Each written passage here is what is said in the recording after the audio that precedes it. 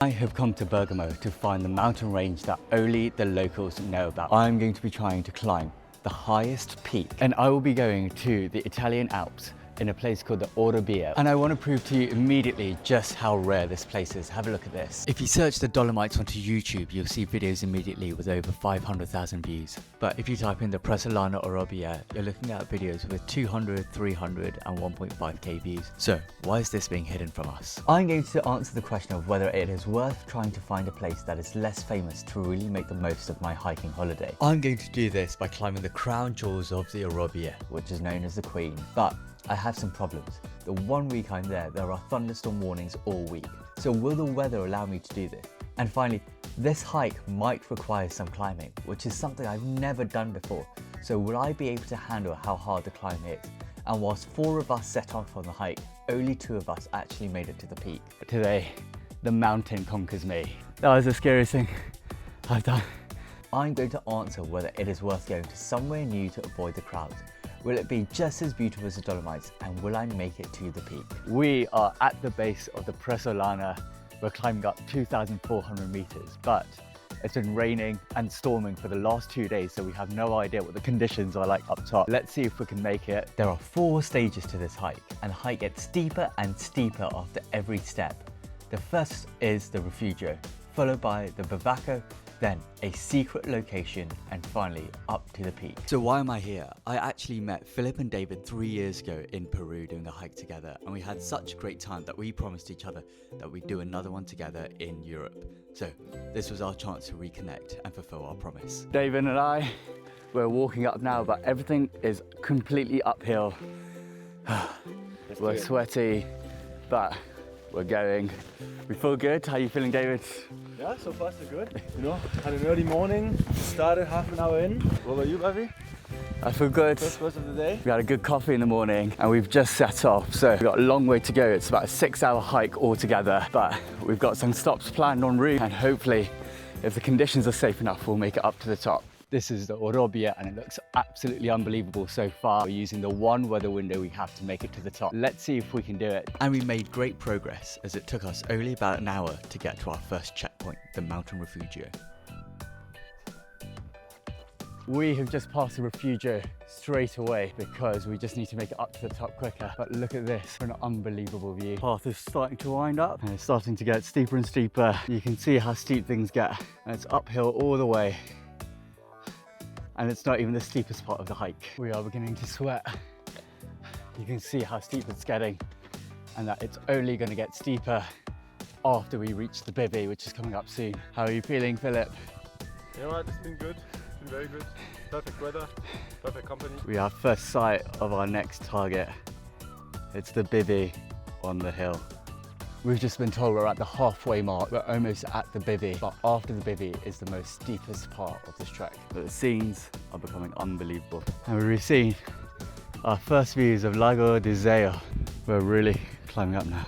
It really wasn't that busy at all, but the few locals that were around were so welcoming and asked us where we're from and whether we were having a good time. Making good progress with that is the bivvy that we're gonna have our first proper stop at. Checkpoint 2, we've just made it to the bivvy. Let me show you inside. And here we made even more friends and we really got into discussion over Italian football. We have 1, 2, 3, 4, 5 beds in this tiny little hut. I don't think anyone's staying here tonight. David's just enjoying the views. Come on, Okay. you want to we say Forza Atalanta. Yeah. We make some friends and everyone's team is Manchester. Tu squadra? Atalanta. Atalanta. Inter, Milan, Atalanta, Newcastle. Okay.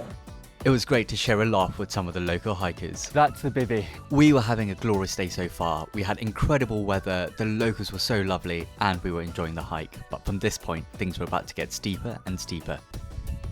We have seemingly a very long way to go. We have had first sight of our secret location. Let me give you a quick peek. And here is our secret location. As you can see, it's not been too busy. This really just felt like a massive playground to us now, and we had so much space to enjoy the nature. And it really begged the question, why was no one else here? We are now coming up to the steepest part. It's all rock, and we can't walk too close to each other in case the rocks fall down. So we need to be really careful here.